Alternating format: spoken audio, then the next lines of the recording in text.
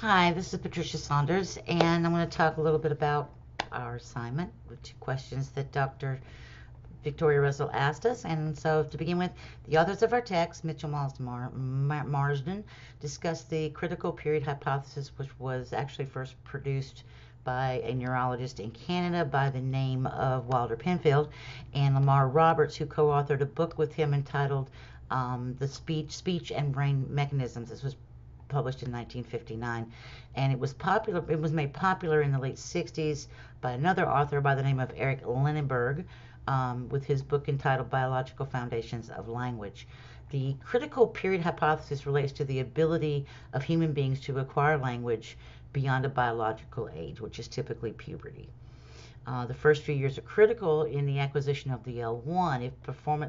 If children do not develop language within this time period, they will not be able to achieve performance level proficiency in the L1.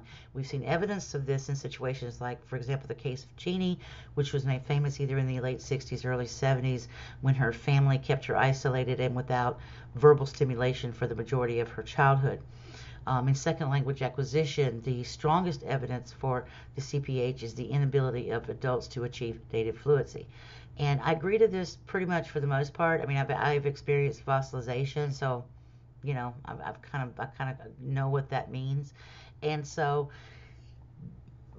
but I think I'm looking back at Creation, and I'm thinking, there are ways around this. I think that I like the input hypothesis.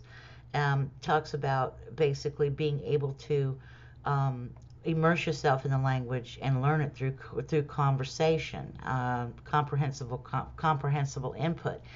And I think that we rely too much on learning grammar first, when I think that if we learn more conversation first and then move on to grammar, the grammar would be a lot easier for us to understand and apply to our everyday speaking, and maybe avoid some of the fossilization that occurs when learning the L2.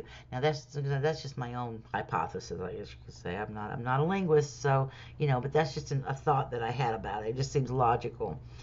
The universal grammar, basically, according to Chomsky, and is the genetic component of the language faculty. In other words, we have the innate ability to create new language. For example, like animals, for example, cannot do this. We can talk to our animals all day long. Here, kitty, kitty, kitty. They're never going to learn to say, here, human, human, human. It's just not going to happen because we have this innate ability, whereas animals do not. And there is some controversy over whether or not this innateness is actually cognitively real or not, or genetically real, rather. But I think that we as L2 learners have partial access to the UG. On page 83 of our text, the authors discuss the possibilities and their role in the L2 acquisitions. So you have 2 possibilities. Either L2s are not constrained and have full access to the UG, or they have partial access, which means that there are some constraints.